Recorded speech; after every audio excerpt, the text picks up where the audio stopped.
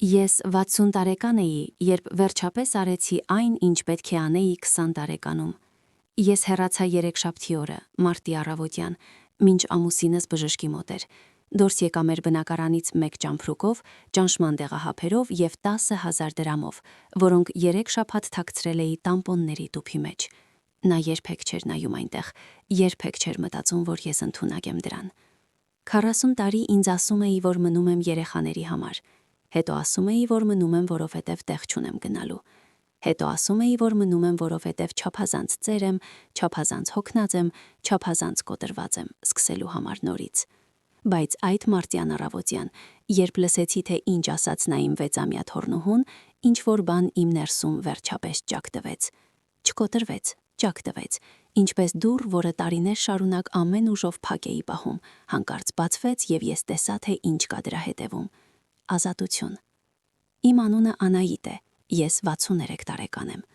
Սա այն պատմությունն է, թե ինչպես գտա իմ մեջ քաջությունը փրկելու սեփական կյանքս, երբ բոլորը շուրջս, այդ թվում ես ինքս, կարծում էին, որ արդեն ուշ է։ Ես ծանոթացա Արմենի հետ 1982 թվականին, ես 20 տարեկան էի։ Աշխատում էի որպես լաբորանտ Երևանի շրջանային պոլիկլինիկայում։ Ավարտել էի բուժքույրական ուսումնարանը, երազում էի ընդունվել ինստիտուտ, բայց մրցույթով չանցա։ Ծնողներս տխրեցին, բայց ես չհանձնվեցի։ Աշխատում էի, պատրաստվում էի նորից ընդունվել։ Արմենը 24 տարեկան էր, աշխատում էր ինժեներ մոտակա գործարանում, բարձրահասակ, լայն ուսերով, մուգ մազերով, հետ գցած։ Վստահ հայացքով։ Երբ եկավ պոլիկլինիկա անալիզներ հանձնելու և ժպտաց ինձ գրանցման սեղանի միջով, շունչս կտրվեց։ Նա սկսեց հաճախ գալ, մեկ տեղեկանք էր պետք, մեկ ուրիշ բան։ Թե էր բերում բուֆետից, միշտ հիշում էր, որ ես խմում եմ 1 շաքարով։ Թողնում էր գրառումներ սեղանիս վրա։ Մտածում եմ քո մասին, դու այսօր հատկապես գեղեցիկ ես։ Ես աշխարհի ամենաերջանիկ մարդն եմ։ 1 ամիս հետո մենք չէինք բաժանվում։ 3 ամիս հետո նա առաջարկ արեց։ 6 ամիս հետո գրանցվեցինք գրանցման գրասենյակում, փոքրիկ հարսանիք գործարանային մշակույթի տանը։ Բոլորը ասում էին, որ շտապում ենք։ Մայրս հարսանիքից 1 շաբաթ առաջ կողքս առավ, ձեռքերս բռնեց և հարցրեց. «Վստահ եմ արդյոք»։ «Անահիտ», ասաց նա հանգիստ, «դու նրան գրեթե չես ճանաչում։ Ինչու այսպիսի շտապողականություն»։ Ես ծիծաղեցի, ասացի նրան, որ Արմենը սիրում է ինձ ամենից շատ աշխարհում, որ առանց ինձ կյանք չի պատկերացնում, որ երբ գիտես, պարզապես գիտես։ Ինձ թվում էր սա ռոմանտիկ է, սա ինտենսիվություն է, սա նվիրվածություն է, այն թե ինչպես էր ուզում ինձ հետ լինել ամեն վայրկյան, ամեն օր։ Ես այդ ժամանակ չէի հասկանում, որ սիրո և սեփականատիրության միջև տարբերություն կա։ Չէի տեսնում զգուշացնող նշանները, այն թե ինչպես էր լռում, երբ խոսում էի ընկերուհիների մասին, թե ինչպես էր առաջարկում չգնալ աղջիկների երեկույթների, որովհետև միթե չես ուզում ինձ հետ ժամանակ անցկացնել, թե ինչպես էր գնել գեղեցիկ նշանադրության մատանի, բայց չէիր ուզում, որ կրեմ մայրիկիս ականջողերը, որովհետև ուզում եմ, որ կրես այն, ինչ ես եմ տալիս քեզ։ Հետ նայելով տեսնում եմ բոլոր այդ նշանները, բայց 20 տարեկանում առաջին անգամ սիրահարված ես տեսնում էի միայն նվիրվածություն։ Առաջին անգամ դա պատահեց հարսանիքից 6 շաբաթ հետո։ Մենք գործարանային երեկույթի վրա էինք և ես խոսում էի Արմենի մեկ գործընկերոջ հետ, տղամարդ մոտ 15 տարեկանով ավելի մեծ, կնոջ և մեծ երեխաներով, բացարձական վնաս։ Ես ծիծաղում էի նրա պատմության վրա թոռնիկի մասին, երբ զգացի Արմենի ձեռքը իմ արմունկին, ուժգին, չափից ավելի ուժգին։ Ավտոբուսում տուն գնալիս նա լռում էր։ Երբ հարցրի ինչ է պատահել, նա պայթեց. «Դու ֆլիրտ էիր անում նրա հետ»։ Մի ստիր ինձ։ Ես տեսա, բոլորը տեսան։ Ես շոկի մեջ էի։ Փորձեցի բացատրել։ Ես ֆլիրտ չէի անում, պարզապես քաղաքավարի էի, պարզապես խոսում էի։ Բայց որքան ավելի էի բացատրում, այնքան ավելի էր զայրանում։ Մենք ավտոբուսից իջանք մեր կանգառից շուտ, կանգնեցինք մտնած փողոցում և նա 20 րոպե գոռում էր ինձ վրա։ Անվանում էր բառերով, որոնք երբեք չէի լսել նրանից։ Ասում էր, որ ամոթ եմ պատճառում իրեն, որ հիմարի տեղ եմ դնում իրեն։ Հետո նույն հանկարծակի, ինչպես սկսվել էր, ամեն ինչ վերջացավ։ Նա ներողություն խնդրեց, լաց եղավ, ասաց, որ այնքան է սիրում ինձ, որ մտքի մեջ, որ կարող է կորցնել ինձ, խելագարվում է։ Ասաց, որ սա այլևս երբեք չի կրկնվի։ Ես հավատացի նրան, բայց դա կրկնվեց, կրկին ու կրկին ու կրկին։ Հաջորդ 40 տարիները դարձան սխեմա, որով կարող էի ժամերը ստուգել։ Լինում էին շաբաթներ, երբեմն ամիսներ խաղաղության։ Արմենը հմայիչ էր, ուշադիր, սիրող, ծաղիկներ էր բերում, կինո տանում, ասում էր, որ ես գեղեցիկ եմ, հետո ինչ-որ բան էր նրան գրգռում։ Ես երբեք չգիտեի ինչ է հենց։ Երբեմն դա ինչ-որ բան էր, որ ես ասել էի, երբեմն ինչ-որ բան, որ չէի ասել, երբեմն ընդհանրապես ոչինչ, պարզապես վատ օր աշխատանքում, կամ ավելորդ խմել էր, կամ ես նայել էի նրան ոչ այնպես։ Հիշում եմ կոնկրետ դեպքեր, ինչպես լուսանկարներ, այրված հիշողության մեջ։ Ես 30 տարեկան էի, հղի էի 3-րդ երեխայով, ընթիքի համար գուլաշ էի պատրաստել, նրա սիրած ուտեստը, բայց ավելի էժան միս էի առել, որովհետև խնայում էինք մանկասայլակի համար։ Նա մեկ կտոր կծեց, վեր կացավ եւ ափսեն շպրտեց պատին։ Հետո գնաց, 2 օր չվերադարձավ։ Ես 2 օր լվացի գուլաշը պատից, մինչ մեր 2 երեխաները վերևում լաց էին լինում եւ ասում էի ինձ, որ սա հղիության հորմոններ են, որ ես չափազանցնում եմ։ Ես 39 տարեկան էի եւ մեր դուստր Արփին ուզում էր գրանցվել լողի բաժնում։ Ես կարծում էի հրաշալի գաղափար է։ Արմենն ասաց. «Ոչ, չափազանց թանկ է, չափազանց շատ տանել բերել»։ Ես սխալվեցի ասելով, բայց ես կարող եմ կողմնակի աշխատանք անել, որպեսզի օգնեմ վճարել։ Նա նայեց ինձ այնպես, կարծես ես հարվածել եմ իրեն։ Դու կարծում ես ես չեմ կարող ընտանիքը ապահովել։ Դու կարծում ես ես բավարար տղամարդ չեմ, որպեսզի պահեմ իմ տունը։ Նա մեկ շաբաթ չխոսեց ինձ հետ։ Արփին այդպես էլ չգնաց լողավազան։ Ես 51 տարեկան էի եւ մայրս մահանում էր հիվանդանոցում։ Ուզում էի գիշերել նրա մոտ։ Արմենն ասաց, որ պետք է տուն վերադառնամ, որ իմ տեղը ամուսնուս մոտ է, ոչ թե մոր մոտ։ Մենք վիճեցինք, այն քիչ դեպքերից մեկը, երբ փորձեցի առարկել։ Նա բռնեց իմ դաստակից այնպես ուժգին, որ ինչ-որ բան ճակ տվեց։ Ես 6 շաբաթ գրեցի ֆիքսատոր եւ բոլորին ասում էի, որ սայթակել եմ սառույցի վրա։ Մայրս մահացավ, մինչ ես քնած էի իմ անկողնում տանը, չափազանց վախեցած հիվանդանոց վերադառնալուց։ Ամեն դեպք այդ պահին առանձին էր թվում։ Ես կարծում էի սա պարզապես վատ պահ է, նա ստրեսի մեջ է, նա անհանգստանում է, եթե ավելի շատ ջանամ, սա չի կրկնվի։ Բայց սխեման միշտ նույնն էր։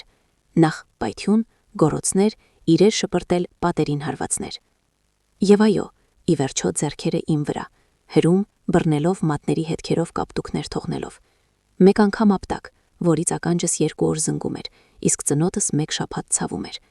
Հետո գալիս էին ներողությունները, արդյունքները, խոստումները, նվերները։ Սիրող փուլ, երբ նա դառնում էր այն տղամարդը, որի համար ամուսնացել էի, եւ ես կարծում էի, ահա հիմա ամեն ինչ այլ կլինի։ Ահա հիմա նա փոխվել է։ Բայց երբեք այլ չէր լինում։ Նա երբեք չփոխվեց։ Մենք ունեցանք 3 երեխա՝ Արփի, Դավիթ եւ Հայկ։ Ես ասում էի ինձ, որ մնում եմ նրանց համար, որ նրանց հոր կարիք ունեն, որ կոտրված ընտանիքը ավելի վատ է, քան այնինչ ունենք։ Ես մեծացել եմ 70-ականներին եւ 80-ականներին, երբ ամուսնալուծությունը դեռ ամոթ էր, երբ կանանցից ակնկալվում էր ցանկացած գնով պահպանել ամուսնությունը, երբ ամուսնալուծված կանանց մասին շշնջում էին հացի հերթում եւ ծնողական կոմիտեում։ Ես այնքան էի ջանում թաքցնել սա երեխաներից, ամեն ինչ նորմալ դարձնել, լինել բուֆեր Արմենի զայրույթի եւ նրանց անմեղության միջև։ Երբ նրանք փոքր էին, ավելի հեշտ էր, կարող էի շեղել նրանց, ուղարկել սենյակ, հեռուստացույցը բարձրացնել, հորինել պատմություններ, թե ինչու է հայրիկը տխուր, ինչու է մայրիկի մոտ կապտուկներ։ Գիտեք, ես միշտ ինչ-որ բանի եմ հարվածում։ Արփին ավակներ, սուր, դիտող, նույնիսկ փոքր աղջիկ ժամանակ։ Հիշում եմ, երբ 8 տարեկան էր, հարցրեց ինձ, ինչու ես այդքան հաճախ ներողություն խնդրում հայրիկից։ Մայրիկ, դու շատ ես ասում ներողություն, նույնիսկ երբ ոչինչ վատ չես արել։ Ես թեման փոխեցի, նրան թխվածք տվեցի եւ փախահարցից։ Դավիթը միջին երեխան էր, հանգիստ, զգայուն։ Նա թաքնվում էր իր սենյակում վիճաբանությունների ժամանակ։ Ես գտնում էի նրան հետո անկողնու տակ կամ պահարանում, եւ նա ասում էր, որ խաղում է թաքնվել գտնել։ Բայց ես գիտեի, որ նա թաքնվում է գոռոցներից, կոտրվող իրերի ձայներից։ Հայկը ամենափոքրն էր։ Նա ընդամենը 3 տարեկան էր, երբ Արմենը շպրտեց այդ ափսեն գուլաշով պատին։ Նա ժամերով լաց էր լինում այդ երեկոյան։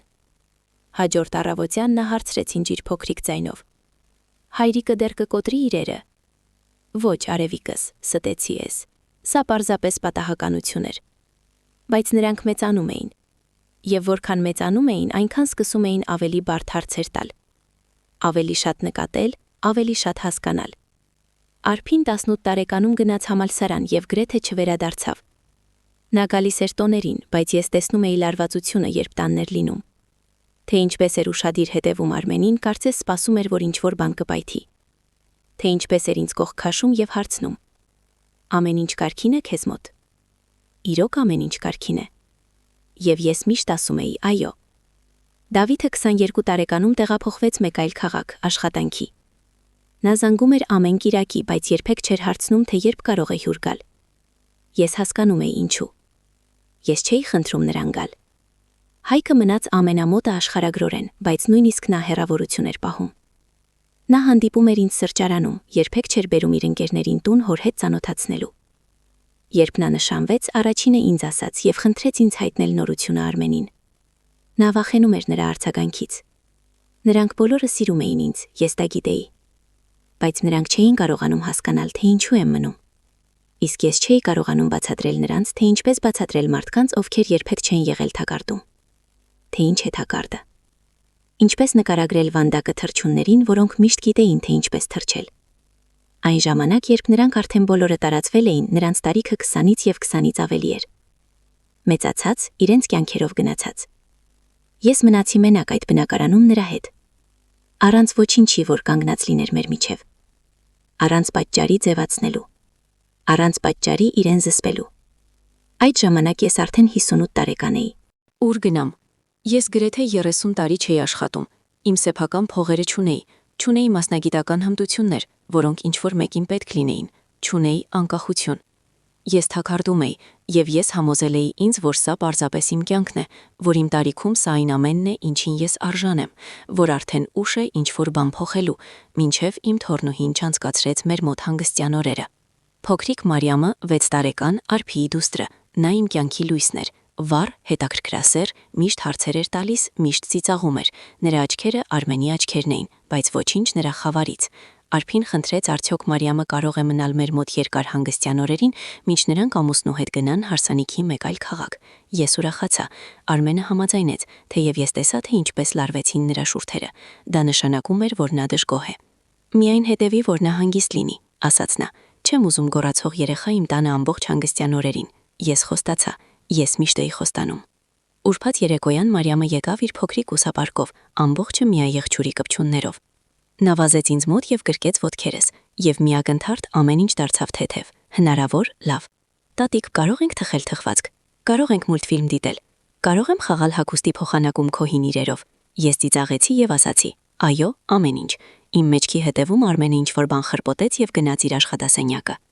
Ես հանգիստ արտաշնչեցի թեթևացումով։ Առաջին երեկոն լավ անցավ։ Մարիամը եւ ես շոկոլադե թխված կարեցինք, միշտ ծիծաղում էր։ Մենք մուլտֆիլմ դիտեցինք։ Ես նրան 3 հեքիաթ կարդացի քնելուց առաջ, եւ նա քնեց բռնածին ջերքը։ Մի քանի ժամ հիշեցի, թե ինչ է ուրախությունը։ Շաբաթ առավոտյան Մարիամը շուտ արթնացավ։ Ես լսեցի նրա փոքրիկ ոտնաձայները միջանցքում, ժամը 6:30 եւ արագ վեր կացա, որպեսզի ընդունեմ նրան, մինչեւ Արմենին չարթնացնի։ Նա 3 երեկոյան խմել էր։ Ես լսել էի, թե ինչպես է կեսգիշերին գնացել խոհանոց, բաժակի բնորոշ սնկոցը, բայց ես ուշացա։ Մարիամը ներս էր սողացել խոհանոց եւ փորձում էր հանել հացահատիկի տուփը բարձր բահարանից։ Նա բարձրացավ աթոռի վրա եւ աթոռը թեքվեց։ Նա անկավ ոչ ուշքին, չվնասվեց, բայց վախեցած ճչաց։ Արմենը դուրս թռավ ննջասենյակից, ինչպես ամփոփային ամպ։ Ինչ աղնուկ է գրողի բաժին, նրա ձայնը խրպոտ էր, չար։ Մարիամը սառեց, նրա աչքերը հսկայական դարձան։ Ես առաջ վազեցի։ Ամեն ինչ կարքին է արևիկս, տատիկ այստեղ է, եկ օգնեմ քեզ։ Ես ասացի քեզ պահիր նրան հանգիստ, գոռաց ինձ վրա Արմենը։ 6:30 է առավոտյան, ինչ է սա։ Նա չէր ուզում, ինձ թքած է թե ինչ էր ուզում։ Վերահսկիր նրան։ Նա շրջվեց եւ վերադարձավ ննջասենյակ, դուռը խփելով փակեց։ Մարիամը նայում էր ինձ վախեցած աչքերով։ Պապիկը ինձ վրա զայրացած է, իմ սիրտը պատար-պատար եղավ։ Ոչ արևիկս, նա պարզապես հոգնած է։ Եկ բլինչիկներ պատրաստենք։ Լավ, շատ հանգիստ։ Նա գլխով արեց, բայց նրա ուրախությունը նախորդ երեկոյից մարել էր։ Ես ճանաչեցի այդ հայացքը։ Ես տեսել էի այն հայելու մեջ 40 տարի։ Շաբաթը անցավ լարված լռության մեջ։ Մարիամը շշնջում էր։ Նա 2 անգամ հարցրեց. կարող ենք գնալ զբոսայգի։ Եվ ես ասացի այո, անհուսալի ցանկանալով նրան տանից դուրս հաներ։ Մենք 3 ժամ անցկացրինք դրսում, եւ նա վազում էր, խաղում էր եւ նորից ծիծաղում էր։ Ես նստած էի նստարանին եւ նայում էի նրան, մտածելով թե ինչպես ես ժամանակին նույնպես այդպիսի ազատ էի։ Երբ է սա գնացել։ Մեկ կոնկրետ պահ եղել է, թե այնքան աստիճանաբար է տեղի ունեցել, որ ես նույնիսկ չեմ նկատել։ Մենք վերադարձանք բնակարան ժամը 4-ին։ Արմենը հեռուստացույց էր դիտում հյուրասենյակում։ Ժուրնալային սեղանի վրա գարեջրի դատարկ շշեր կային, նրա աչքերը ապակ էին։ Ուր էիք թափառում։ Մենք զբոսայգի էինք գնացել։ Ես թողել էի գրառում քեզ համար։ Թքած գրառման վրա։ Ընթրիքը պետք է պատրաստ լիներ ժամ առաջ։ Ժամը 4 էր։ Ընթրիքը երբեք չէր լինում ժամը 3-ին։ Նա դա գիտեր, բայց ես էլ գիտեի, որ գործը ընթրիքի մեջ չէ։ Հիմա կսկսեմ պատրաստել, արագ ասացի ես։ Մարիամ, եկ ձեռքերդ լվանք։ Ես Մարիամին տարա լոգարան եւ մինչ օգնում էի նրան ձեռքերը լվանալ, լսում էի, թե ինչպես է Արմենը խոհանոցում պահարանների դռներ խփում։ Ստամոքսս գրգռվեց։ Տատիկ, շշնջաց Մարիամը։ Ինչու է պապիկը միշտ ծայրացած։ Նա իմ տանը 1 օրից էլ պակաս էր անցկացրել եւ արդեն տեսել էր այն, ինչ ես 40 տարի թաքցրել էի աշխարհից։ Նա միշտ ծայրացած չէ արևիկս, պարզապես դժվար օր ունի։ Սուտը դառահամ ուներ, ընթրիքը լարված էր։ Արմենը գրեթե չէր խոսում, խմում էր։ Մարիամը լուր էր ուտում իր հավի կոտլետները, նրա աչքերը թրջկոտում էին մեր միջև։ Ընթրիքից հետո ես լողացրի Մարիամին եւ հեքիաթներ կարդացի։ Նա խնդրեց քնել իմ անկողնում եւ ես ասացի այո։ Ես չէի ուզում, որ նա մենակ լինի հյուրասենյակում։ Ես չգիտեի ինչու։ Պարզապես գիտեի, որ պետք է պահեմ նրան կողքիս։ Ժամը 9-ին Արմենը քնեց իր աթոռին, խրմփացնում էր։ Դատարկ շիշը դեր կողքին էր։ Մարիամը եւ ես մատների ծայրերով անցանք նրա կողքով դեպի ննջասենյակ։ Նա փաթաթվեց ինձ կողք եւ ես շոյում էի նրա մազերը, մինչև քնեց։ Ես ժամեր շարունակ անքուն էի բարկած, լսում էի, թե ինչպես է Արմենը խրմփացնում հյուրասենյակում։ Զգում էի Մարիամի փոքրիկ տաք մարմինը կողքիս։ Նա այնքան էր վստահում ինձ, այդքան անմեղ։ Հավանաբար կեսգիշերին ես քնեցի։ Ես արթնացա գոռոցներից։ Արմենի ձայնը բարձր եւ անհասկանալի։ Ուր է նա գրողի բաժին։ Ժամը 2 էր գիշերը։ Ես տեսա կարմիր թվերը մահաճակալի մոտիկ ժամացույցի վրա։ Կողքիս Մարիամը շարժվեց։ Ես արագ վեր կացա, դուրս եկա դեպի դուռ։ Արմենը կանգնած էր միջանցքում, օրորվելով։ Ինչ է պատահել։ Լվացարանում կեղտոտ բաժակներ կան։ Ասացի քեզ քնելուց առաջ ամեն ինչ հավաքիր։ Սիրտս ընկավ։ Ընդամենը 2 բաժակ էր։ Միայն 2 բաժակ։ Ես այնքան կենտրոնացած էի Մարիամին քնեցնելու վրա, որ մոռացել էի դրանց մասին։ Հիմա կլվացնեմ։ Հիմա ժամը 2-ն է գիշերը։ Ինչ իմաստ ունի հիմա։ Արմեն, խնդրում եմ, ավելի հանգիստ խոսիր։ Մարիամը քնած է։ Ինձ թքած է, քնած է թե ոչ։ Նա մոտեցավ ինձ եւ ես ինստինկտիվորեն հետ քաշվեցի։ Սա իմ տունն է։ Եթե ուզում եմ գոռալ իմ տանը, կգոռան։ Իմ մեջքի հետևում լսեցի թույլ ձայն։ Շրջվեցի։ Մարիամը կանգնած էր ննջասենյակի դռան մոտ, իր ծաղկավոր գիշերազգեստով։ Նրա աչքերը հսկայական էին խամրած լույսի տակ։ Տատիկ, ամեն ինչ կարգին է, արևիկս վերադարձիր անկողին։ Ամեն ինչ կարգին չէ, ասաց Արմենը։ Նա նայեց Մարիամին եւ նրա աչքերը սառ էին։ Քո տատիկը ծույլ է, նա չգիտե ինչպես պահել տունը մաքուր, նա ոչ մի բան ճիշտ չի անում։ Շոնչս կտրվեց։ Նա երբեք առաջ չէր արել նման բան։ Երբեք չէր խոսել ինձ հետ այդպես երեխաների ներկայությամբ։ Միշտ սպասում էր, մինչև մենակ մնայինք։ Բայց երեխաները մեր մոտ չէին գիշերում փոքր ժամանակից ի վեր։ Իսկ նա հարբած էր, ավելի հարբած, քան սովորաբար։ Արմեն, մի արա։ Ինչ, մի ասա ճշմարտությունը։ Նա կոշտ ծիծաղեց։ Միգուցե երեխային պետք է իմանա, թե ինչպիսի ես դու իրականում։ Անօգուտ, հիմար, նույնիսկ բաժակները լվանալ չես կարողանում։ Մարիամը սկսեց լաց լինել։ Թույլ արցունքները հոսում էին նրա այտերով։ Ինչ որ բան իմ ներսում ոլորվեց։ Մարիամ, գնա ննջասենյակ։ Հիմա։ Իմ ձայնը ամուր էր։ Նա վազեց հետ սենյակ։ Ես շրջվեցի դեպի Արմենը։ Մի համարձակվի այդպես խոսել ինձ հետ նրա ներկայությամբ։ Նրա դեմքը մտնեց։ Մի համարձակվի ասել ինձ, թե ինչ կարող եմ եւ չեմ կարող անել իմ տանը։ Նա բռնեց իմ ձեռքից ուշքին, ինչպես 1000 անգամ արել էր, բայց այս անգամ այլ էր։ Այս անգամ ննջասենյակի դռան հետևից լսվում էր Մարիամի լացը։ Եվ ես հասկացա, նա կհիշի սա։ Նա կմեծանա այս հիշողությամբ։ Նա կմտածի, որ սա նորմալ է։ Նա կմտածի, որ սերը գալիս է կապտուկներով։ Ես չէի կարող թույլ տալ, որ նա սովորի վախը ինձնից։ Ես դուրս քաշեցի ձեռքս։ Թող ինձ գնամ։ Արմենի աչքերը լայնացան։ Ես երբեք չէի դիմադրել։ 40 տարում ոչ մի անգամ չէի դիմադրել։ Ինչ ասացիր։ Ասացի թող ինձ գնամ։ Իմ ձայնը դողում էր, բայց ամուր էր, ուժեղ։ Գնա քնիր, հանգստացիր։ Մի ակնթարթ մտածեցի, որ կհարվածի ինձ։ Տեսա, թե ինչպես դողաց նրա ձեռքը։ Տեսա զայրույթը նրա աչքերում։ Բայց հետո նա հետ քաշվեց։ Ինչ որ բան մռնչաց, որ ես 1000 անգամ լսել էի, եւ շրջվելով գնաց հետ միջանցքով դեպի հյուրասենյակ։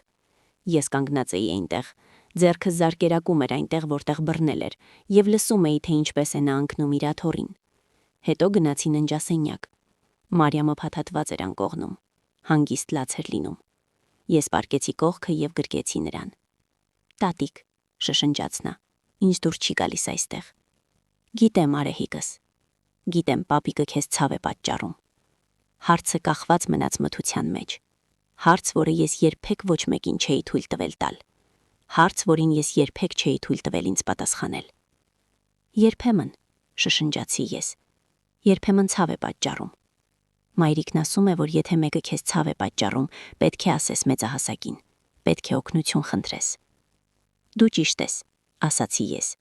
Եվ երբ հասացի սա, հասկացա, որ սա ճիշտ է։ Հասկացա, թե ինչ պետք է անեմ։ Ես 60 տարեկան եմ, բայց դեռ ուշ չէ։ Չի կարող շատ ուշ լինել։ Կիրակի առավոտյան Արմենը ոչինչ չէր հիշում, կամ ձև էր անում, որ չի հիշում։ Նա դուրս եկավ խոհանոց, մինչ Մարիամը եւ ես նախաճաշում էինք, լցրեց սուրճ եւ գրեթե ուրախ ասաց. «Բարի առավոտ»։ Մարիամը սեղմվեց ինձ, ես գրկեցի նրան։ «Արփին կգա Մարիամին վերցնելու կեսօրին», ասացի ես։ Իմ ձայնը հավասար էր։ «Լավ, տանը հանգիստ պետք է լինի»։ Նա սուրճը տարավ հյուրասենյակ։ Ես նայեցի Մարիամի փոքրիկ դեմքին եւ տեսա ինձ 6-ում, 16-ում, 26-ում, տեսնելով ինչ-որ սխալ բան եւ լսելով, որ սա նորմալ է։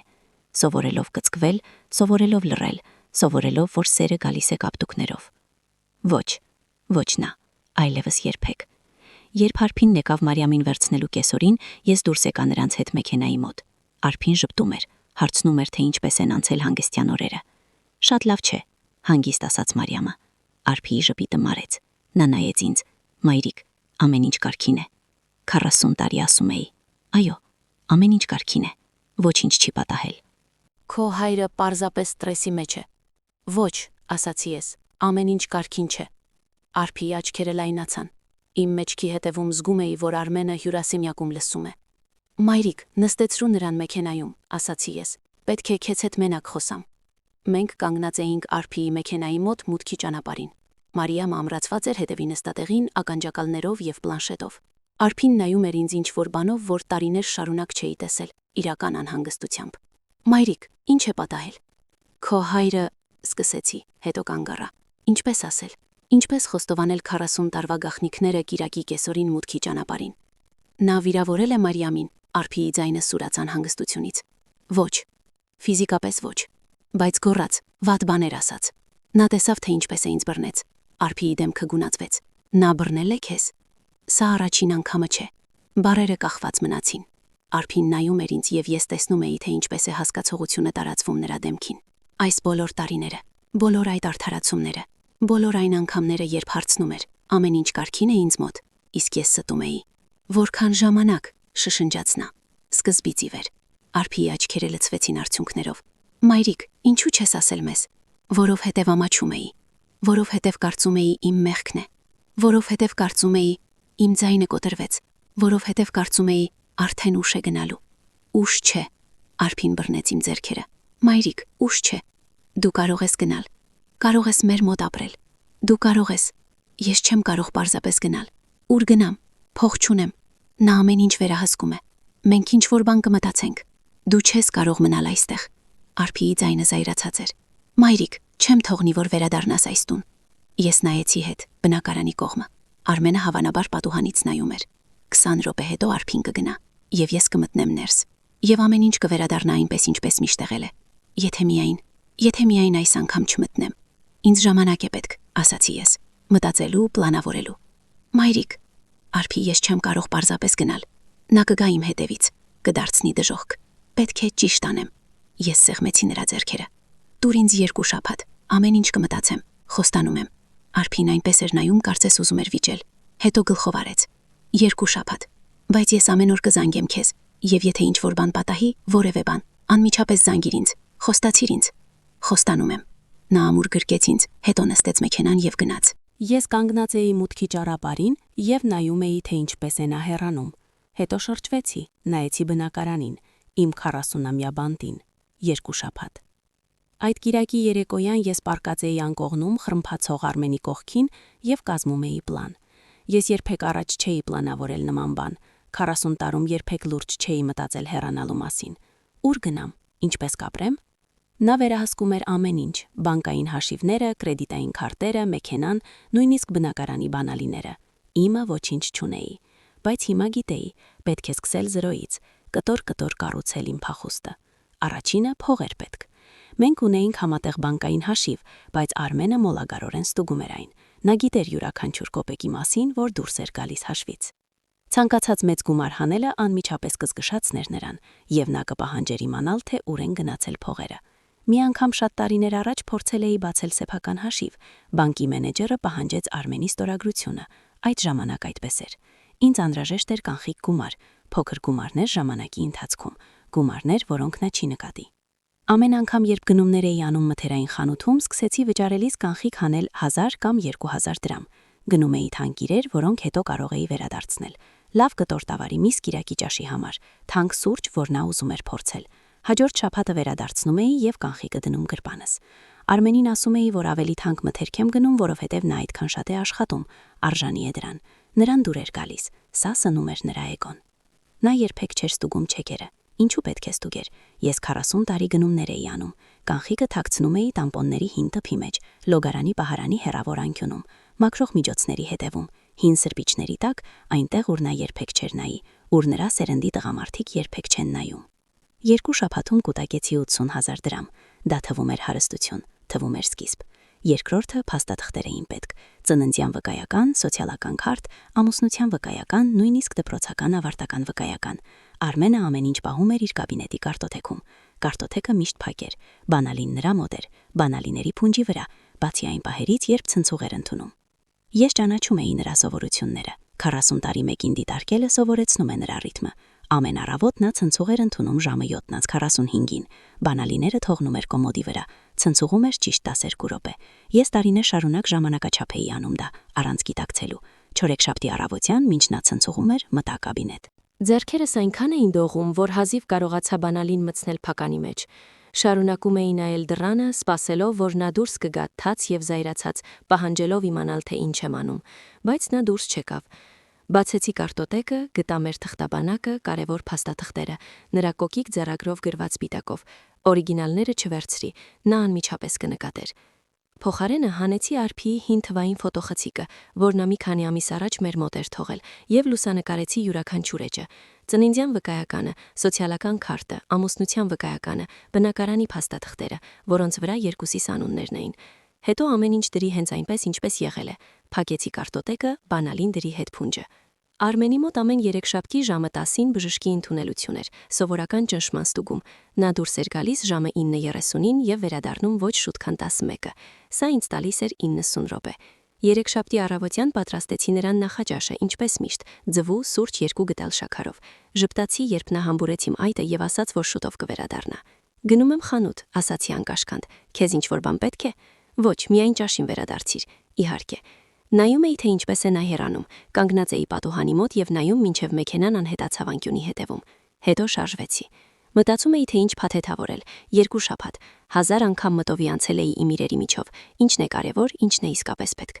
Չէի կարող շատ վերցնել, միայն մեկ ճամփրուկ, միայն ամելը անհրաժեշտը, ավելին ակնհայտ կլիներ, որ հեռանում եմ, ոչ թե պարզապես գնումների եմ գնում։ Շարժվում էի բնակարանով ինչպես մառախուղի մեջ, ամեն ինչ անիրական էր թվում։ Այս կոմոդը, ուր 32 տարի պահում էի հագուստս, այս պահարանը, ուր իմ կոշիկները կանգնած էին կոկիկ շարքերով, ինչպես սիրում էր Արմենը, այս լոգարանը, ուր թաքցրել էի փողերը տամպոնների տուփի մեջ, ինչպես կինոյի լրտեսը։ Սա իմ կյանքն էր եւ ես լքում էի այն, արագ փաթեթավորում էի, հագուստ միայն հիմնականը, շաբաթվա ընթացքում ներքնած գեստ, 2 շալվար, 3 վերնաշապիկ, 1 սվիտեր, ամենաթակ կուլպաները։ Դեղերը կրիտիկական կարևոր։ Իմ մոտ բարձր ճնշում եւ շաքարային դիաբետ կա։ Չէի կարող մոռանալ դրանք։ Ատամի խոզանակ, ատամի մածուկ, դեզոդորանտ, գոյության հիմունքները։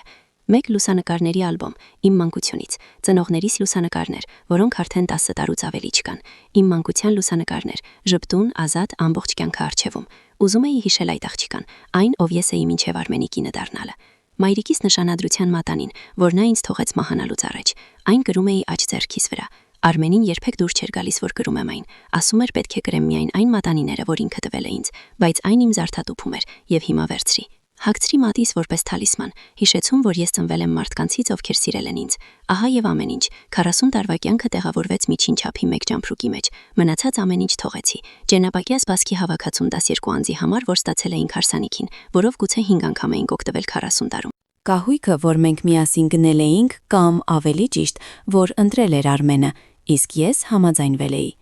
Բնակարանը, որտեղ ապրել էինք 32 տարի, իր ծանոթ ճռճռոցներով եւ հիշողություններով, որոնք ներծծվել էին յուրաքանչյուր պատի մեջ։ Ամեն ինչ նրան էր թվում։ Ես պարզապես փոխարել էի դա, գոյություն ունեի նրա տարածքում, ապրում էի նրա աշխարհում։ Կանգ առա ննջասենյակում, պահարանում կախված էր կրեմագույն սվիտերը, փափուկ բրդյա, փոքրիկ մարգարդյա կոճակներով։ Այն գործել էր իմ տատիկը, երբ ես 16 տարեկան էի։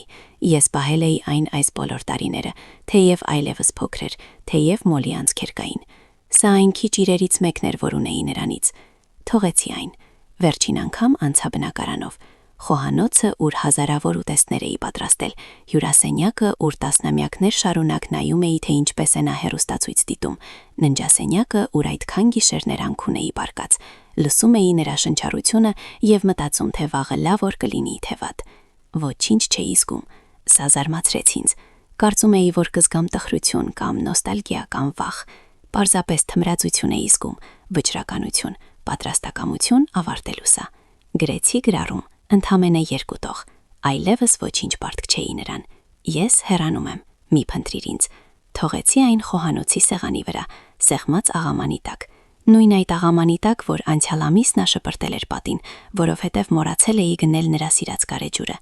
Հետո զանգեցի Արփիին։ Ձեռքերս այնքան էին դողում, որ հազիվ կարողացա համարը հավաքել։ Նա պատասխանեց առաջին զանգին. ես հիմա դուրս եմ գալիս։ Իմ ձայնը նման չէր ինձ, այն հնչում էր հավասար, հանգիստ, ուժեղ։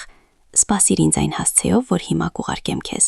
Արփիի ձայնը կոտրվեց։ Վստահես, պետք է գամ եւ վերցնեմ քեզ։ Ոչ, պետք է ինքս անեմ սա։ Պետք է դուրս գամ այստանից իմ ոտքերով։ Խնդրում եմ, հասկացիր։ Լռություն եղավ։ Հետո, հասկանում եմ, այնտեղ կհանդիպենք։ Սիրում եմ քեզ։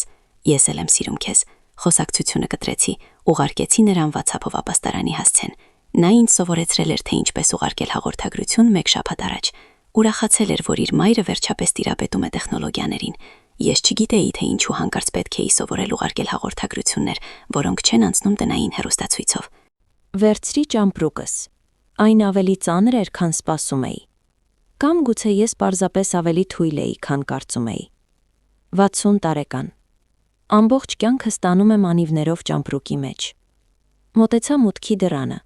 Ձեռքս դրի բռնակի վրա։ Ահա այն։ Ահա ռիս պահը։ Հենց դուրս գամ այս դռնից, ամեն ինչ կփոխվի։ Ես այլևս չեմ կարող վերադառնալ։ Նա երբեք չի ների սա։ Երբեք չի թույլ տա, որ պարզապես վերադառնամ։ Մտածեցի բոլոր այն անգամների մասին, երբ կարող էի հեռանալ։ Պետք է հեռանայի։ Չօգտագործված հնարավորությունների, տասնամյակների շանսերի մասին, որոնք բաց եմ թողել։ Մտածեցի Մարիամի մասին, թե ինչպես է նա մեծանալու, մտածելով, որ սա նորմալ է, մտածելով, որ սերը այդպես է լինում։ Մտածեցի այդ աղջկա մասին ալբոմի լուսանկարում։ Այն, ում ամբողջ կյանքը առջևում էր։ Այն, ով ազատ շպտում էր։ Բացեցի դուռը եւ դուրս եկա։ Մեքենա չունեի։ Արմենը երբեք չէր ուզում, որ վարեմ։ Ասում էր, ես չափազանց նյարդային եմ, չափազանց վատ եմ վարում։ Դրա համար քայլում էի։ Ապաստարանը 3 կիլոմետր էր։ 3 կիլոմետր ճամպրուկով 3 սաբթի առավոտյան մարտին։ Ցուրտ էր։ Չէի հագել տաք վերարկու։ Չէի ուզում, որ տեսներ, թե ինչպես եմ դուրս գալիս տնից ամբողջ հանդերձանքով։ Չէի ուզում, որ կասկածի ինչ-որ բան։ Դրա համար գնում էի բարակ պաճկոնով։ Քարշ էի տալիս ճամպրուկը հետևիցս եւ դողում էի ցրտից, վախից, այն հսկայականությունից, որ անում էի։ 1 կիլոմետրի վրա մտածեցի վերադառնալու մասին։ Ինչ կլինի, եթե Արմենը շուտ վերադառնա տուն։ Ինչ կլինի, եթե տեսնի գրառումը եւ գա ինձ փնտրելու։ Ինչ կլինի, եթե չկարողանամ մենակ անել սա։ Բայց շարունակեցի գնալ։ 2 անգամ ստիպված եղա կանգ առնել շունչ առնելու համար։ Սիրտս բաբախում էր, բայց շարունակեցի։ 2 կիլոմետրի վրա հեռախոսը զանգեց։ Արփին։ Մայրիկ, ուր ես։ Գնում եմ։ Գրեթե հասել եմ։ 5 րոպեում կհասնեմ։ Ես կգտնեմ քեզ։ Նա գտավ։ Կանգ առավ կողքիս 2 կիլոմետրի վրա։ Դուրս թռավ մեքենայից եւ բռնեց ինձ։ Այնպես ամուր գրկեց, որ չէի կարողանում շնչել։ Դու արեցիր սա։ Աստված իմ մայրիկ դու արեցիր։ Սկսեցի լաց լինել։ Ճիշտ այնտեղ մայթեզրին լաց եղա այնպես, ինչպես չէի լաց եղել 40 տարի։ Արփին դրեց իմ ճամպրուկը մեքենայի մեջ, օգնեց նստել արջևի նստատեղը եւ տարավ վերջին կես կիլոմետրը մինչև ապաստարան։ Ապաստարանը սովորական շենք էր հանգիստ փողոցում։ Ոչինչ չէր առանձնացնում այն, ոչ մի ցուցանակ, պարզապես հասցե։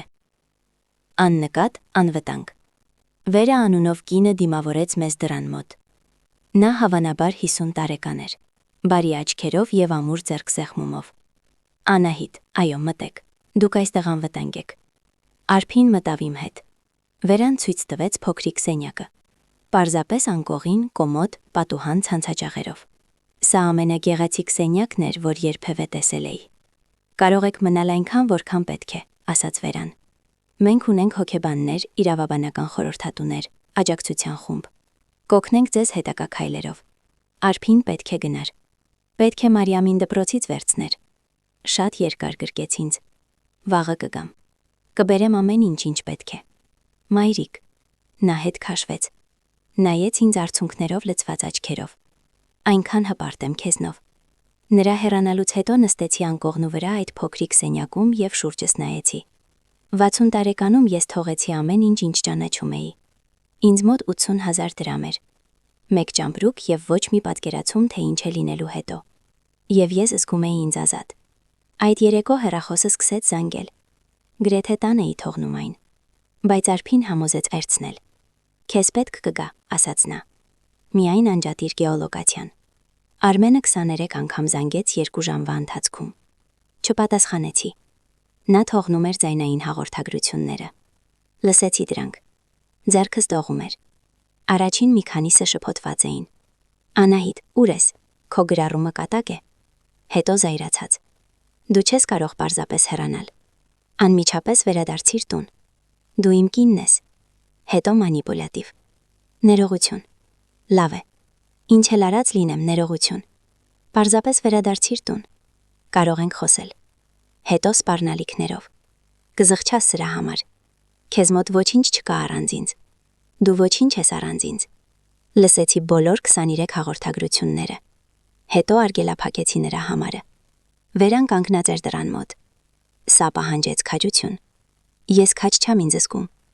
Ես սարսափած եմ։ Քաջությունը վախի բացակայություն չէ։ Դա ճիշտն անելն է չնայած վախին։ Այդ գիշեր հանդիպեցի ապաստարանի մյուս կանանց։ Մենք 6-ն էինք։ Տարիքը 19-ից մինչև 60։ Ես ամենատարեցն էի։ Երիտեսարդ կին Ալինա անունով։ 2 փոքր երեխաներով։ Նա 24 տարեկան էր։ Այնքան որքան ես, երբ ամուսնացա Արմենի հետ։ Նրա այտին կապտուկ կար, որը դեղնում եւ կանաչում էր։ Նա ամուսնացած էր 5 տարի։ Նայեցի նրան եւ տեսա ինձ։ Եթե ես հեռացած լինեի 24-ում, ոչ թե 60-ում։ Միջին տարիքի կին Լարիսա անունով, ով հեռացել էր 30 տարվա ամուսնությունից հետո։ Նա 53 տարեկան էր։ Նա հեռացել էր միայն քսակով եւ հագուստով, որ հակած էր, եւ ոչինչ ավելի։ Նրա ամուսինը քահանա էր։ Եկեղեցում բոլորը սիրում էին նրան, ոչ ոք չէր հավատում իրեն։ Կին Զարինա անունով, ով վատ էր խոսում հայերեն, բայց նրա աչքերը պատմում էին պատմություն, որ ես հասկանում էի առանց բառերի։ Նրա դուստրը երբեմն թարգմանում էր։ Նա 2 տարի էր ինչ երկրում էր, մտածում էր, որ Հայաստանում ամեն ինչ այլ կլինի, ավելի անվտանգ։ 19 տարեկան աղջիկ Անի անունով, ով հեռացել էր իր ընկերոջից այն բանից հետո, երբ նա նրան հիվանդանոց էր գցել։ Նա հղի էր։ 3 ամիս նստել էր այդ հիվանդանոցային մահճակալին եւ որոշել, որ իր երեխան չի մեծանա, տեսնելով այն, ինչ ինքը տեսել էր իր մանկության մեջ։ Յուրաքանչյուրն ուներ իր պատմությունը, յուրաքանչյուրն ուներ իր սպիները, տեսանելի եւ անտեսանելի։ Մենք նստած էինք միասին ընդհանուր սենյակում այդ առաջին երեկոյան։ Պարզ տարածք, մաշված բազմոցներով եւ հեռուստացույցով, որը սովորաբար անջատված էր։ Մեկը թեյ էր եփել։ Մենք փոխանցում էինք թխվածքի տուփը, որ գնել էր Վերան։ Եվ առաջին անգամ 40 տարում ես պատմեցի իմ ճշմարտությունը անծանոթ մարդկանց։ Պատմեցի նրանց Արմենի մասին, առաջին անգամի մասին, վերջին անգամի մասին, Մարիամի մասին, թե ինչպես եմ քայլել 3 կիլոմետր ճամփրուկով եւ 80,000 դրամով։ Սպասում էի դատապարտման։ Սպասում էի, որ կհարցնեն ինչու այդքան երկար մնացի, ինչու ավելի շուտ չհեռացա, ինչու թույլ տվեցի, որ սա պատահի։ բայց նրանք չհարցրին, պարզապես լսեցին եւ հետո մեկը մյուսի հետևից կիսվեցին իրենց պատմություններով։ Ալինան պատմեց, թե ինչպես է իր ամուսինը մեկուսացրել իրեն ընտանիքից, եւ երբ հասկացավ, որ վտանգի մեջ է, այլևս ոչ ոք չուներ ում զանգեր, բացի մորաքրոջից, որի հետ 3 տարի չէր խոսել։ Մորաքույրը 4 ժամ ճանապարհ էր անցել, վերցնելու նրան եւ բերել այստեղ։ Լարիսան պատմեց եկեղեցու մարդկանց մասին,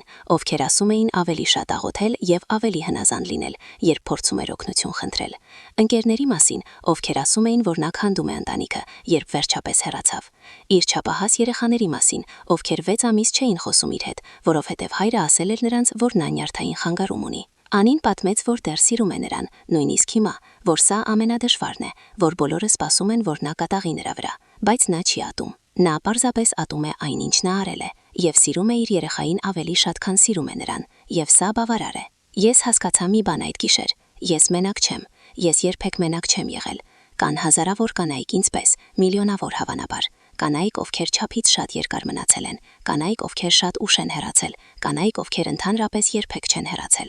Ես պարզապես մեկուսացված էի, առանձնացված էի, լռության մեջ էի։ Այդ գիշեր քնեցի այդ փոքրիկ սենյակում ցանցաճաղավոր պատուհանով։ Եվ առաջին անգամ երկար ժամանակ, որ հիշում էի, չարթնացա գիշերվա կեսին, ականջալուր անելով ոտնաձայներին։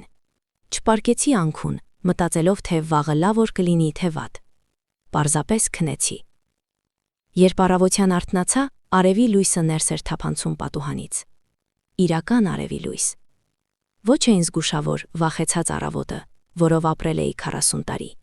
այլ իրական ցերեկային լույս։ Վեր կացա, հագնվեցի, դուրս եկա ընդհանուր սենյակ։ Վերան այնտեղ էր, սուրճ էր եփում։ Բարի առավոտ, Անահիտ, ինչպես քնեցիր։ Ավելի լավ, քան 40 տարում երբևէ քնել եմ, ասացի ես։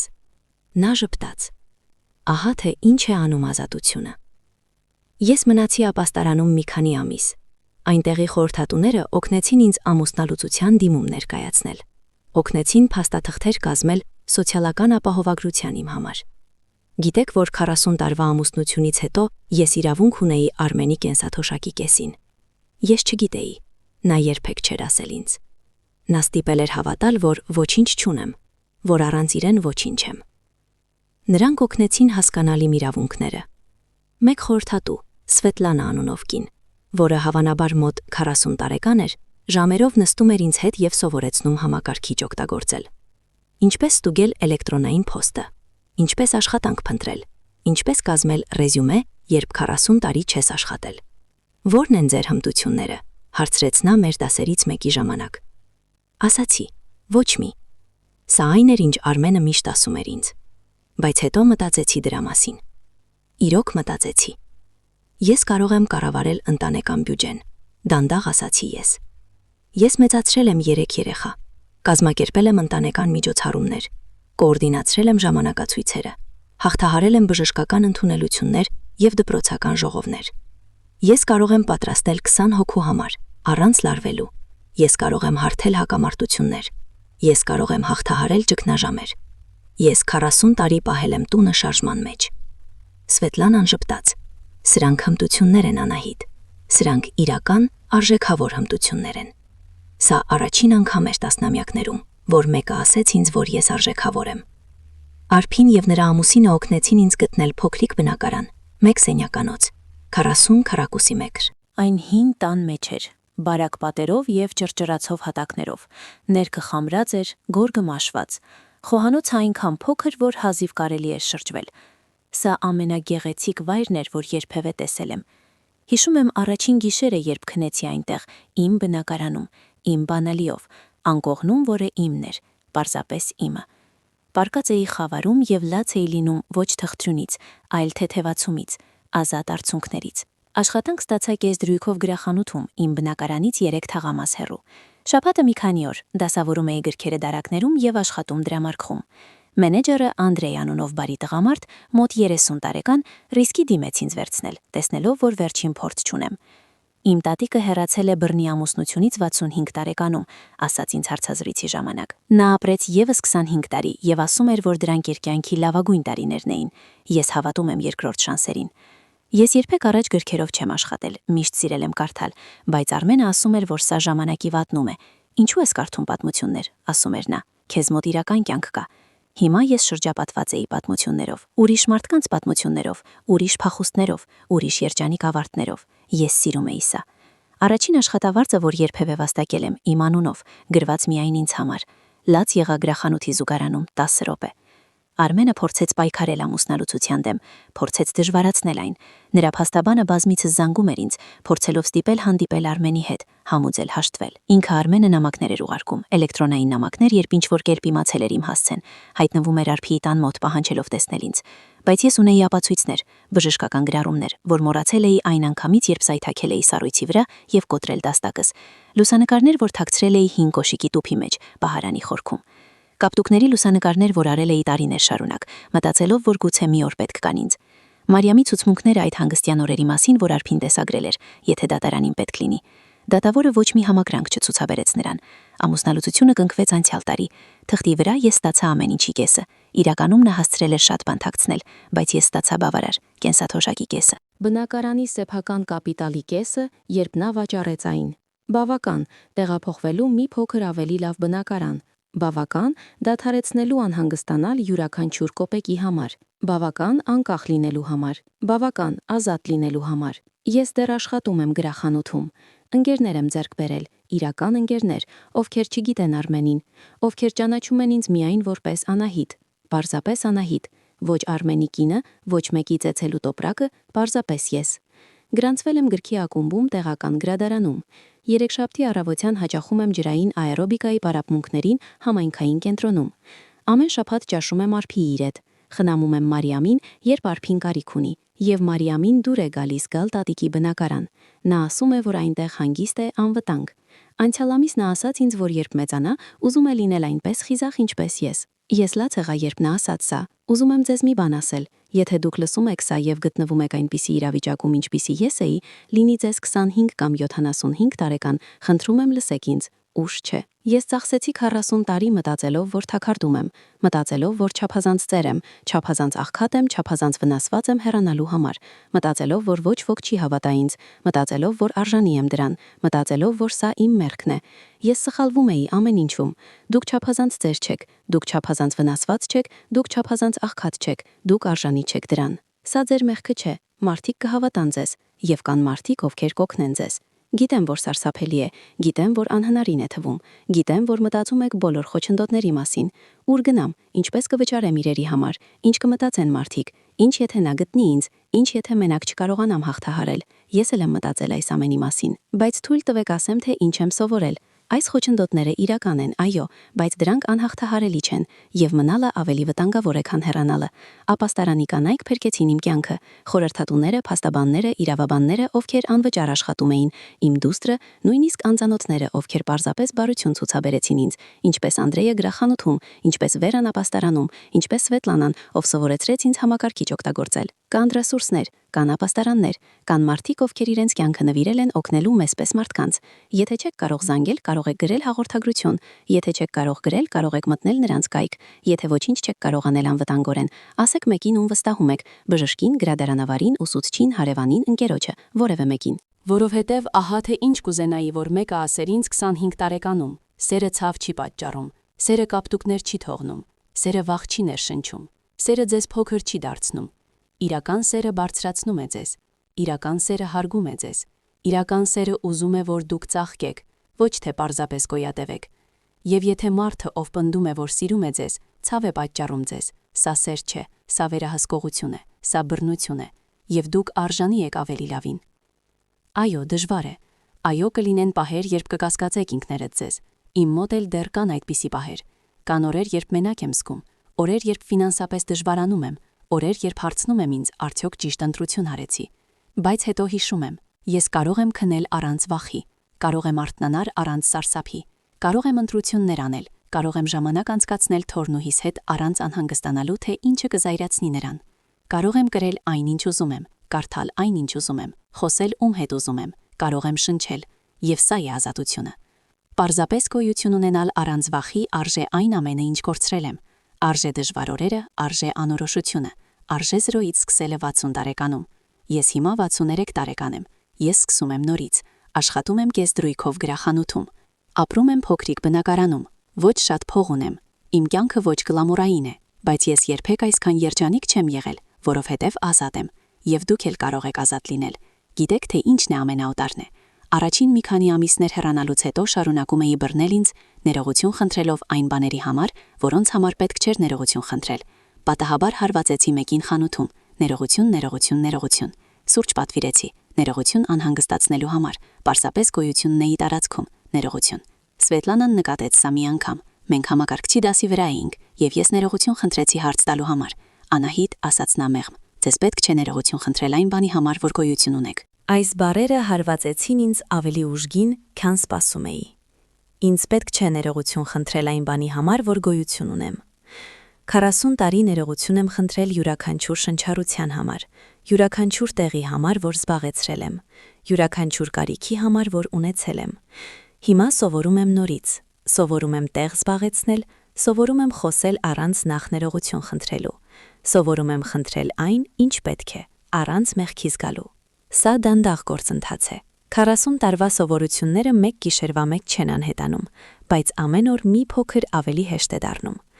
Անցյալ շաբաթ տեղի ունեցավ մի փոքր, բայց կարևոր բան։ Գրախանութում էի, դասավորում էի նոր գրքերը, եւ հաճախորդը կոպիտ էր ինձ հետ։ Ոչ սարսափելի կոպիտ, պարզապես կոպիտ, պահանջկոտ։ Խոսում էր ինձ հետ այնպես, կարծես ես անհարվարություն լինեի։ Առաջ ես կուլ կտայի դա, ներողություն կխնդրեի, կդարձնեի ինձ ավելի փոքր, բայց փոխարենը հանգիստ նայեցի նրան եւ ասացի. ես ամեն ինչ անում եմ ձեզ օգնելու համար, խնդրում եմ խոսեք ինձ հետ հարգալից։ Նա այնքան զարմացած էր, որ իրականում ներողություն խնդրեց։ Անդրեյը, ին մենեջերը, տեսել էր սա, հետո մոտեցավ ինձ եւ ասաց. Անահիտ, հպարտ եմ ձեզնով, դուք պաշտպանեցիք ինքներդ ձեզ։ Այդպիսի փոքր բան, բայց հսկայական էր։ Սովորում եմ, որ սահմաններ ունենալը անքաղաքավարություն չէ։ Ինքդ քեզ պաշտպանելը չարություն չէ, տեղ զբաղեցնելը էգոիզմ չէ։ Սա պարզապես նորմալ է, մարդ լինել։ Մարիամը անցյալ շաբաթ հարցրեց ինձ, թե ինչու հեռացա բաբիկից։ Նա հիմա 7 տարեկան է, գրեթե 8։ Նա բավականաչափ մեծ է հարցեր տալու, բավականաչափ մեծ է հիշելու համար։ Արփին նայեց ինձ եւ անհանգստացած, տալով ինձ ընտրություն, ուզում եմ պատասխանել, թե ոչ, որովհետեւ նա բարի չէր ինձ հետ, պարզապես ասացի Մարիամին, եւ հասկացա, որ արժանի եմ բարության։ Բոլորը արժանի են բարության, լուրջ ասաց Մարիամը։ Դու ճիշտ ես, արևիկս, բոլորը արժանի են։ Ուրախ եմ, որ հեռացար տատիկ, հիմա ավելի շատ ես շփտում։ Նա ճիշտ է, ես ավելի շատ եմ շփտում, ավելի շատ եմ ծիծաղում, ավելի հեշտ եմ շնչում։ Արփին վերջերս ասաց ինձ, որ իր երեխաները Մարիամը եւ նրա կրտսեր եղբայր կմեծանան իմանալով, որ հեռանալը տարբերակ է, որ մնալը իրավիճակում, որը ցավ է պատճառում, առաքինություն չէ, որ ընտանիքը պահպանելը ցանկացած գնով չարժե այդ կինը։ Նրանք կմեծանան իմանալով, որ տատիկը բավականաչափ ուժեղ էր 60 տարեկանում սկսելու նորից, ասաց նա։ Սա ժառանգություն է, մայրիկ, սա այն է, ինչ դուք սովորեցնում եք նրանց։ Ես երբեք այդպես չեմ մտածել, բայց նա ճիշտ է։ 40 տարի ես սովորեցրել եմ իմ երեխաներին, մնալով, որ տանելը նորմալ է, որ կանայք պետք է պարզապես դիմանան, որ ընտանիքը ավելի կարևոր է, քան սեփական անվտանգությունը։ Հիմա, հեռանալով, ես սովորեցնում եմ իմ թոռներին այլ բան, որ երբեք ուշ չէ, որ դու արժանի ես անվտանգության, որ դու արժանի ես հարգանքի, որ դու արժանի ես սիրո, որը ցավ չի պատճառում։ Սա լավագույն դասն է, որ կարող եմ տալ նրանց։ Երբեմն մարդիկ հարցնում են ինձ. զղջում ես ինչ-որ բանի համար, զղջում ես, որ ավելի շուտ չհեռացա, զղջում ես կորցրած տարիների համար։ Ճիշտ պատասխանը՝ այո, իհարկե զղջում եմ։ Զղջում եմ, որ չհեռացա 25 տարեկանում, առաջին անգամից հետո։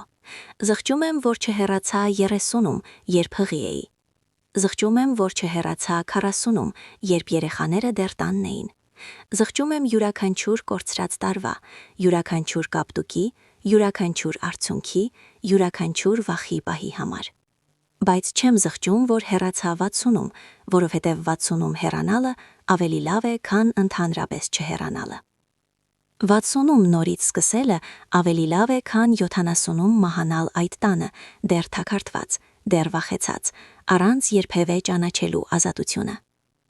3 տարվա ազատությունը ավելի արժեքավոր է, քան 40 տարվա վանդակը։ Եվ եթե բախտս բերի, առջևումս դեռ 20 տարի կա։ 20 տարի կյանք իմ պայմաններով։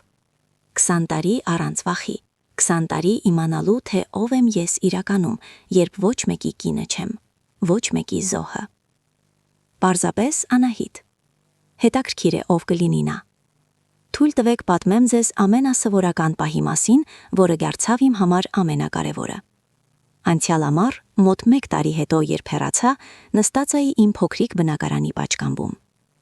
Վաղ շաբաթ առավոտ էր, արևը նոր էր բարձրանում, ես սուրճ էի խմում։ Պարզապես նստած էի այնտեղ, իմ խալաթով սուրճ էի խմում եւ նայնում, թե ինչպես է քաղաքը արթնանում։ Ոչ ոք չէր ասում ինձ երբ վեր կենալ։ Ոչ ոք չէր պահանջում նախաճաշ։ Ոչ ոք չէր քննադատում, թե ինչպես եմ եփում սուրճը, կամ ինչպես եմ նստած, կամ ինչ եմ հագած։ Պարզապես հանգիստ էր, խաղաղ։ Եվ ես հասկացա. ահա, սա է ազատությունը։ Ոչ գրանջիոզ պահ, ոչ դրամատիկ տեսարան։ Պարզապես շաբաթ առավոտ, սուրճ, լռություն։ Հնարավորություն պարզապես լինելու։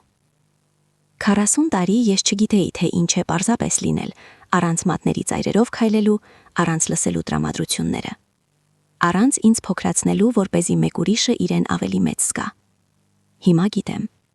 Եվ սա թանկարժեք է։ Դավիթը, իմ միջնեկ երեխան, վերջերս եկավ այցելելու ինձ, առաջին անգամ գրեթե 5 տարում։